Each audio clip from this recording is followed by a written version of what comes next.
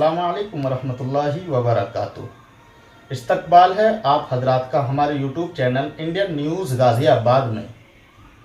غازی آباد کے شہر امام حضرت مولانا مفتی ضمیر صاحب قاسمی نے رمضان المبارک کے موقع پر لوگوں سے شانتی ویوستھا بنانے کی اور گھر میں ہی عبادت کرنے کی اپیل۔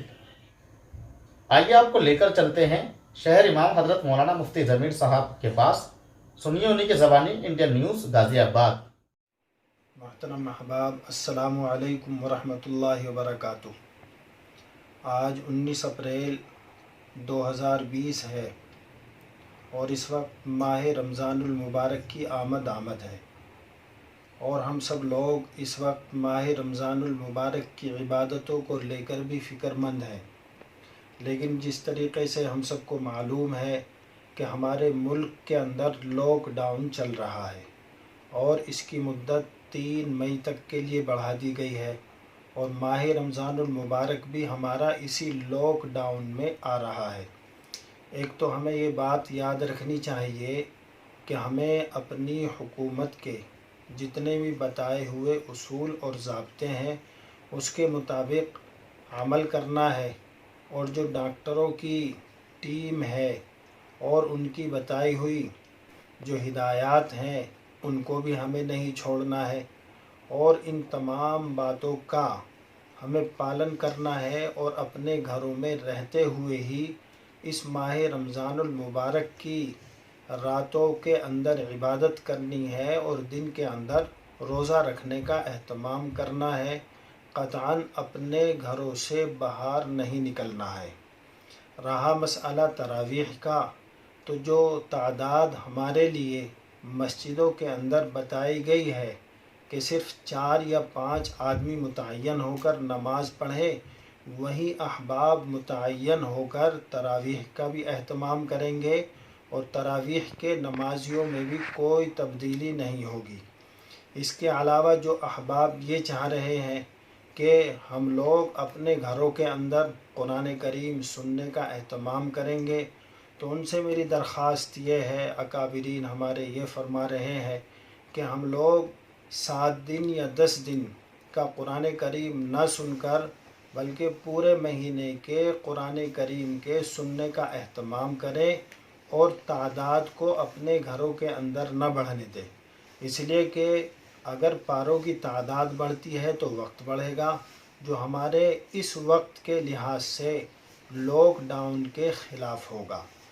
اس لیے ہمیں اس ماہ رمضان المبارک کے اندر لاک ڈاؤن کا پورا دھیان اور خیال رکھنا ہے۔ دوسرے، اس ماہ کے اندر اعتکاف کا اہتمام ہم لوگ انہی لوگوں میں سے جو رمضان المبارک کے اندر متعین ہے مسجد میں سے، انہی میں سے کوئی ایک شخص اس اخیر عشرے کے اندر ماہ رمضان المبارک میں اعتکاف کا اہتمام کرے۔ اس کے علاوہ اپنے گھروں کے اندر کوئی خاص کمرہ ایسا بنا لیا جائے کہ جس کے اندر گھر کے تمام افراد، کسی وقت میں مرد کسی وقت میں عورتیں، نمازوں کا، ذکر کا، تلاوت کا اہتمام کر لیں اور اس کمرے کو اپنے گھر کی عبادت کے لیے پاک اور صاف رکھا جائے۔ اس کے علاوہ ہمیں اپنے ملک کے پرشاسن کا بھی ساتھ دینا ہے۔ پرشاسن ہمارے حفاظت کے واسطے بنایا گیا ہے اور ہماری مدد کے لیے بنایا گیا ہے۔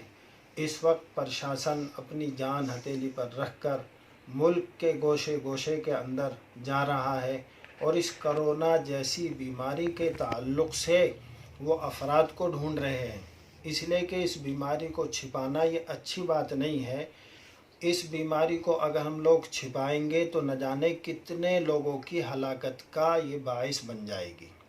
اس کے لیے ہمیں، اگر کوئی ہمارے درمیان میں بیمار ہے یا بیماری سے وہ متعلق ہو چکا ہے، اس کے اندر بیماری کے آثار پائے جا رہے ہیں، تو ہمیں اس کے بارے میں فوراً اطلاع پرشاسن کو دینی چاہیے اور اپنے ڈاکٹروں کا ہمیں پورا دھیان رکھنا چاہیے۔ ان کے ساتھ بدتمیزی، بدسلوکی، جس طریقے کے اندر سننے کے واقعات آ رہے ہیں کہ کہیں پر پتھراؤ ہو رہا ہے، یہ بھی بہت گندی اور غلط بات ہے۔